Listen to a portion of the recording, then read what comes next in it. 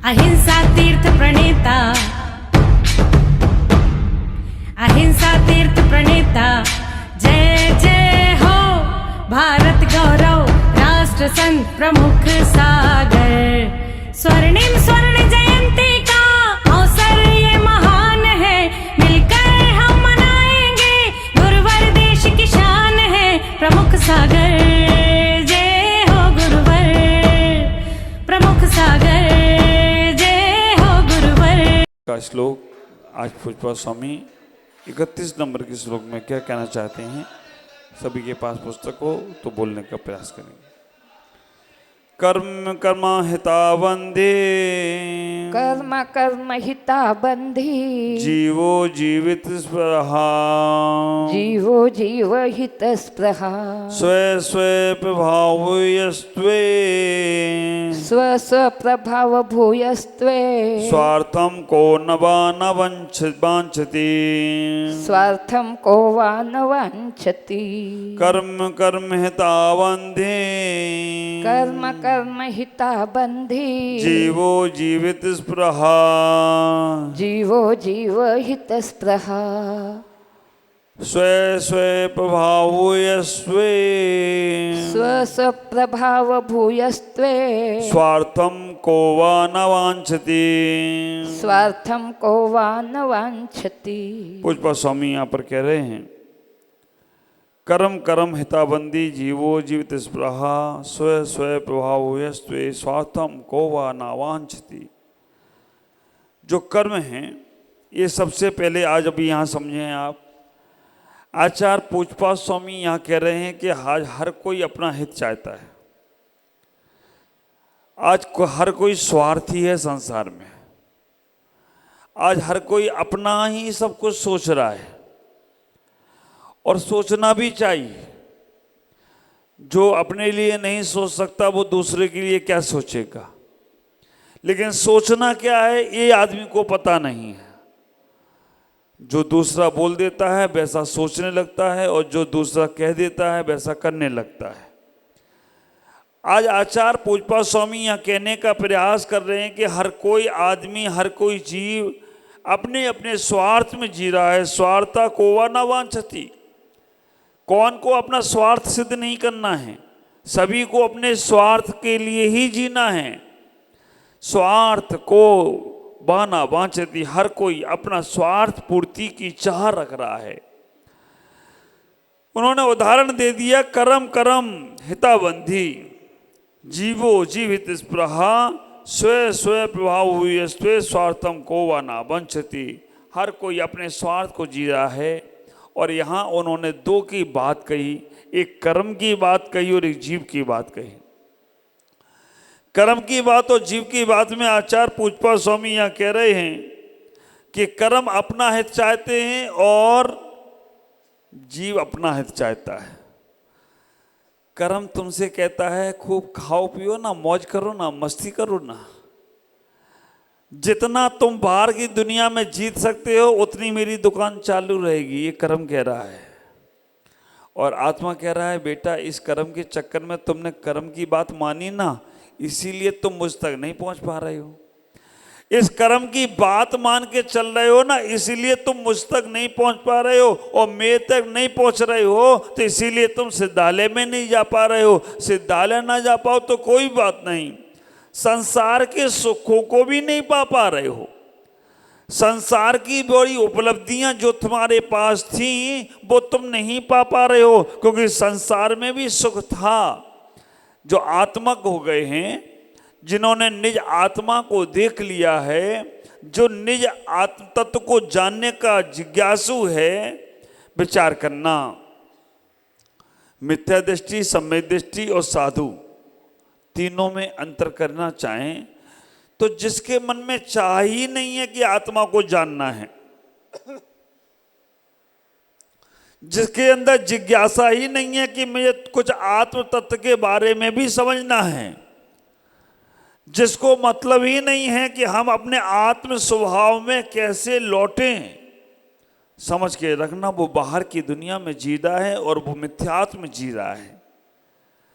जिसके अंदर ये जिज्ञासा जाग गई है कि मुझे अपने अंदर में लौटना है, जिसके अंदर ये प्यास पैदा हो गई है कि मैं आज अपने जीवन को अपने आप से पाना चाहता हूँ, मैं कुछ अच्छा करना चाहता हूँ जिससे मुझे मेरा आत्म तत्व प्राप्त हो जाए, जिससे मैं अपनी उपलब्धि को पा सकूं, जो अपने तक जा सकूं, वो सम्मित की भूमिका में आ गया।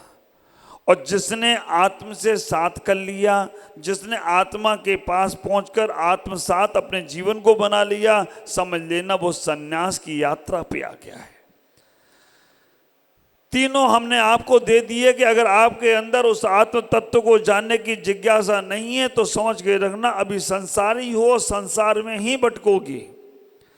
जिज्ञासा तो पैदा करो, मार्ग तो ढूंढो कम से कम कि हम वो मार्ग मंजिल तक कौन सा, हमारा मार्ग ही अगर भटका हुआ है तो कभी भी मंजिल मिलने वाली नहीं है। विचार करो, दीमापुर जाना है, गाड़ी कलकत्ता की ओर खड़ी है मुंह करके, गाड़ी कलकत्ता की ओर मुंह करके खड़ी है और तुम्हें जाना दीमापुर है। दीमापुर जो गाड़ी जा रही है वो खटारा है और कलकत्ता वाली गाड़ी जो जा रही है वो लग्जरी गाड़ी है।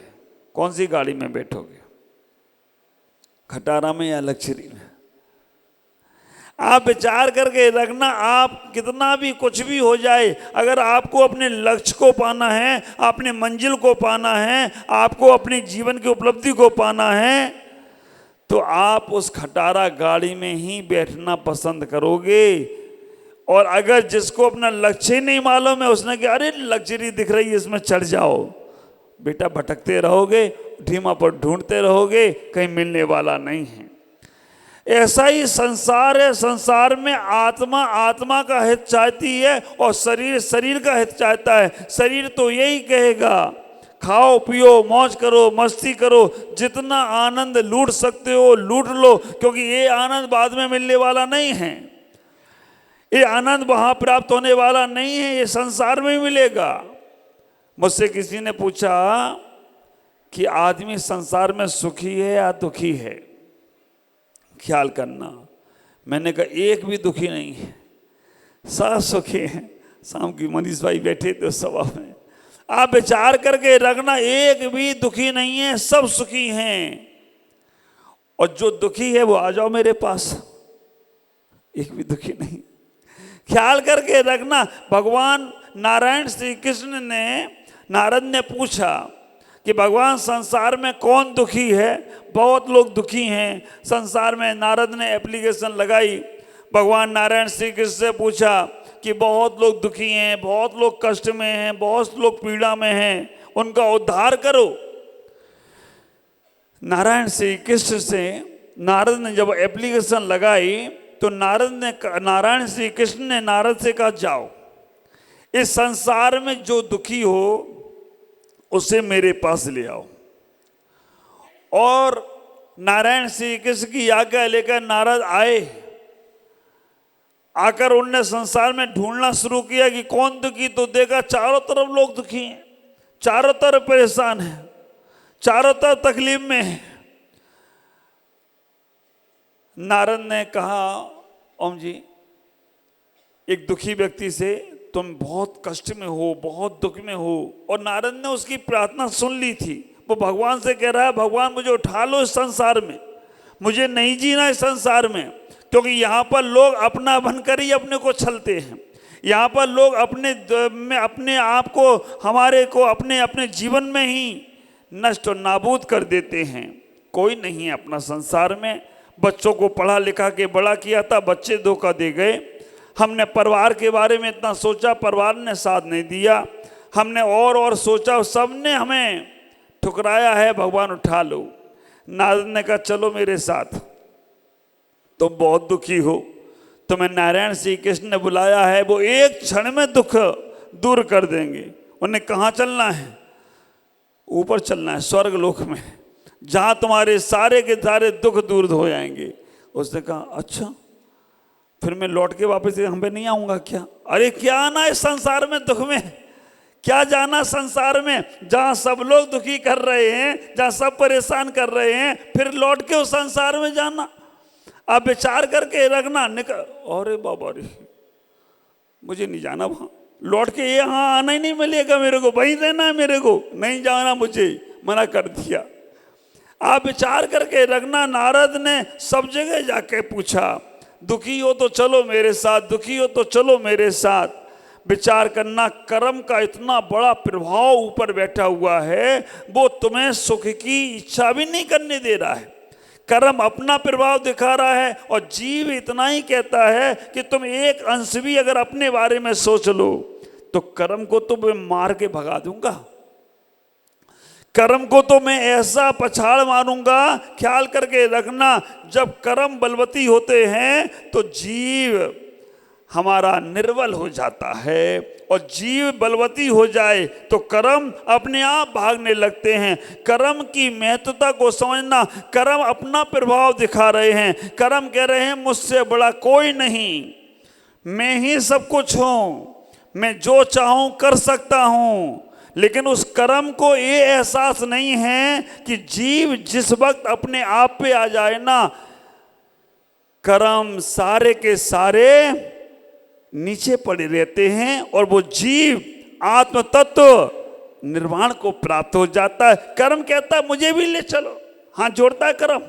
देखना, जब आप कोई चित्र देखना, जब कर्म निकलते हैं ना, संत बैठा है, गुरु बैठे हैं, भगवान बैठे हैं और वो कर्म तीर चला रहे हैं, लेकिन वो बैठे कर्म सारे के सारे वापस वो बोलते मुझे ले, ओ कर्म को इतना ही कहता है, जीव बहुत सताया तुमने बेटा, अब हाथ जोड़कर जमीन में पड़े रहो तो तुम्हारा कल्याण होने वाला नहीं है। ख्याल करके रखना। लेकिन जो जीव के साथ ज्ञान दर्शन साथ देता है, दुख में संकट में वो संभालता है, संकट में वो कर्म जब आते हैं तो जीव को संभालने वाला ज्ञान और दर्शन होता है, तो अब वो आत्मा, वो जीव इतना ही कहता है, मेरा दुख में साथ इस ज्ञान और दर्शन ने दिया, इसलिए ये मेरे साथ जाएगा। और वो सिद्धालय में भी अनंत ज्ञान अनंत दर्शन चला जाए तो कोई आश्चर्य की बात नहीं है। इतना ही विचार करना।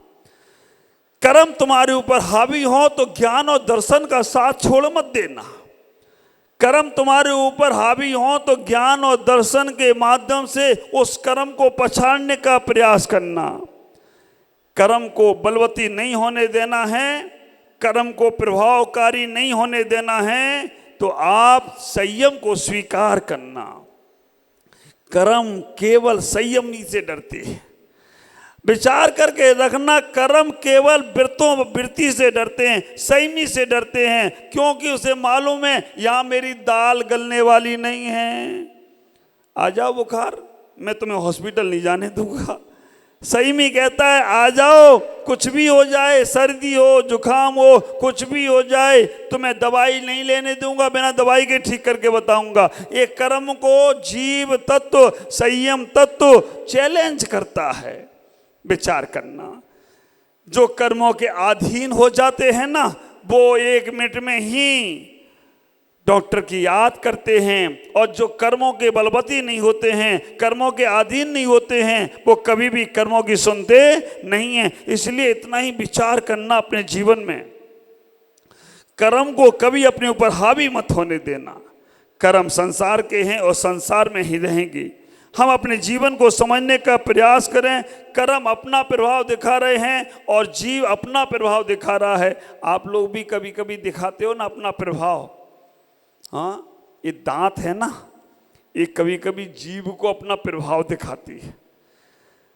दांत जीव से कहती है, जिब्बा होश में रहना। दूध मलाई रबड़ी आती है तो खुद चटकर जाती है, और चने आते हैं, गन्ना चूसना पड़ता है तो मेरे दांतों को देती है। अच्छा माल खुद खा लेती है और कड़क कड़क माल मुझे देती है। दांत ने कहा जिब्बा से, दांत ने जिब्बा से कहा कि कड़क कड़क माल मुझे, जो तेरे पे चबता नहीं है वो कहती चल दांत के पास जा, और जो माल मलाइजा आता है वो खुद खा जाती है। होश में रहना, अगर तू ज्यादा कुछ करेगी ना तो मैं 32 हूँ, 32 जिब्बा से कहा 32 हूँ, तेरे को चबा चबा के तेरा काम बिगाड़ दूंगी। बिगाड़ दूंगा। दांत ने बोला। जिब्बा चुपचाप सुनती रही। जिब्बा ने इतना ही कहने का प्रयास किया, जिब्बा ने इतना ही कहने का प्रयास किया, दांत भैया तुम 32 तो हो, मैं अकेली हूं। आप विचार करके रखना, दांत भैया तुम 32 तो हो, मैं अकेली हूं, लेकिन एक बात का ख्याल रखना, अगर मैंने एक शब्द भी किसी को गलत बोल दिया ना तो एक पड़ेगा तो 32 बाहर आ जाएंगे। आप विचार करके रखना, एक पड़ेगा तो 32 बाहर आ जाओगे। ज्यादा करना नहीं मेरे सामने, तुम तो 32 बाद में मेरा काम करोगे, मैं तो एक ही में। ऐसे ही वो जीव बोलता है। शरीर पुद्गल तुम भले ही 148 हो, ज्यादा अकड़ना नहीं, मुझसे ज्यादा विवाद नहीं करना, मैं अकेली हूं। लेकिन जिस वक्त मैंने अपने मन को, अपने संयम को स्वीकार कर लिया, मैंने अपने आप को पा लिया, तो तुम 148 भी हाथ जोड़े खड़े रहोगे। बस वही बात यहाँ पर पूजपा स्वामी कह रहे हैं कि कब तक तुम कर्मों के प्रभाव में दौड़ते रहोगे, कब तक तुम कर्मों के वशीभूत होकर भाई मुझसे नहीं हो सकता, मैं नहीं कर सकता, मैं संयम नहीं ले सकता, मैं व्रत नहीं ले सकता, ये भाव कौन रख रहा है? आज सुबह ही मैंने बताया ना, राजा सैनिक ने खूब सोचा मैं व्रत ले लूं, संयम ले लूं, नहीं ले पाया, क्योंकि नरक आयु का बंद हो गया था। नरक आयु का जिसको बंद हो गया उसको संयम लेने का भाव भी आएगा तो भी ले नहीं पाएगा। भाव आना बहुत बड़ी बात है। सुबह नमोकार मंत्र की क्लास में बताया था, अरबों की पॉपुलेशन है विश्व की, बोलते हैं 8 अरब लोग रहते हैं इस भारत, इस विश्व के अंदर मनुष्य जाति के लोग। भारत के अंदर 135 करोड़ लोग रहते हैं, उस 135 में लाखों जैन हैं। ख्याल करना, करोड़ अरबों लोगों में करोड़ों लोग, अरबों लोग हैं संसार में, करोड़ों लोग सोचते हैं अच्छा काम करें, लाखों लोग चलना शुरू करते हैं, हजारों पहुंचते हैं, सैकड़ों लोग ही पहुंचते हैं। सैकड़ों में आपकी गिनती आ गई है, 2-4 लोग ही यहाँ तक पहुँच पाते हैं जो ऊपर की श्रृंखला में बैठे हैं। विचार करना, करोड़ों में लाखों सोचते हैं, करोड़ों लोगों में लाखों आत्मकल्याण की सोचते हैं, हजारों चलते हैं, सैकड़ों पहुँचते हैं, और 2-4 लोग ही मंजिल पा पाते हैं। और मंजिल पाने वाले यहाँ बैठे हैं। विचार करके रखना, इतना ही सोचना, संसार में कर्मों को अपने ऊपर हावी मत होने दो। कर्म तुम्हारे ऊपर हावी हो गए तो आत्मा को कभी स्वतंत्र नहीं होने देंगे। नारद जी ने भगवान से जाकर कहा कि भगवान एक भी संसार से आना ही नहीं चाह रहा है। उन्होंने फिर एक बार चले जाओ। देखा तो एक नाली में कुत्ता पड़ा था, बड़ा दुखियारी था कुत्ता। मन ही मन में सोच रहा था, नारद ने मन पढ़ लिया था उसका, ये बहुत कह रहा था भगवान अब उठा लो, अब मैं नहीं जीना चाहता इस संसार से। विचार करना, नारद ने कहा चलो मेरे साथ। उस जीव ने कहा, कुत्ते ने कहा चलो मैं चलता हूं तुम्हारे साथ, आपने सुन ली मेरी और मैं आपसे बहुत खुश हूं, भगवान सबकी सुनता है। वो कुत्ता चलने को तैयार हुआ, नाली से निकला, और जैसे ही निकलकर नाली से थोड़ा चला, चलने के बाद पूछा नारद रुको तो थोड़ा, उन्हें क्या हुआ? नारद एक बात पूछना में रह गया कि स्वर्ग में क्या क्या सुख मिलेंगे। उनने कहा बहुत सुख मिलेंगे, वहां पर तो सारा का सारा वैभव है, एक से एक सुंदर देवियां मिलेंगी, एक से एक सुंदर कार मिलेंगे, एक से एक सुंदर सब कुछ होने वाला है, चलो मेरे साथ। नारद, जो ये नाली यहाँ पर है, ऐसी नाली स्वर्ग में है कि नहीं है? नारद ने खोपड़ी खुजाई। उन्होंने कहा भाई ये नाली तो नहीं मिलेगी। अरे ये नाली नहीं मिलेगी तो मुझे नहीं जाना, मैं तो यहीं पे अच्छा हूँ, तुम जाओ अपने स्वर्ग वर्ग में, मुझे नहीं जाना। वो कुत्ता भी जाने को तैयार नहीं है। मैं आपसे इतना ही कहूँगा, दुखी हो तो कर्मों का साथ छोड़ दो, कर्मों के अधीन मत हो। दुख तुम्हारे पास आए, संकट तुम्हारे पास आए तो समझना एक कर्म बलवती हो रहे हैं। उन दुखों से संकटों से इतना ही कह देना, तुम बड़े नहीं हो, मेरी आत्म धर्म बड़ा है, मेरा गुरु धर्म बड़ा है, मेरा धर्म आत्मा का बड़ा है। मैं तुम्हें पछाड़ मारूंगा, मैं तुम्हारी नहीं सुनूंगा, अपने आत्मा की सुनूंगा। जब ये भाव तुम्हारे अंदर होंगे तो समझ के रखना, तुम्हारा प्रभाव चारों तरफ पड़ेगा। एक बात ख्याल करके रखना, किसी को दबाकर अपना प्रभाव दिखाना बहुत बड़ी बात नहीं है। सहजता में तुम्हारा प्रभाव चारों तरफ हो जाए तो ये बहुत आश्चर्य की बात है। हम आत्मा को दबाकर इंद्रियों का प्रभाव दिखाएं, ये बहुत बड़ी बात नहीं है। हमारी इंद्रियां अपना काम करें, आत्मा अपना प्रभाव दिखाए। हीरा मुख से ना कहे लाख हमारा मोल। फूल खिलता है, खुशबू फैल जाती है। तो आप अपने जीवन में आत्मधर्म को जानें, पहचानें और उसी कर अपना जीवन का रिसर्च करें, तभी तुम्हारा जीवन का कल्याण होगा। ओम नमः जय गुरुदेव।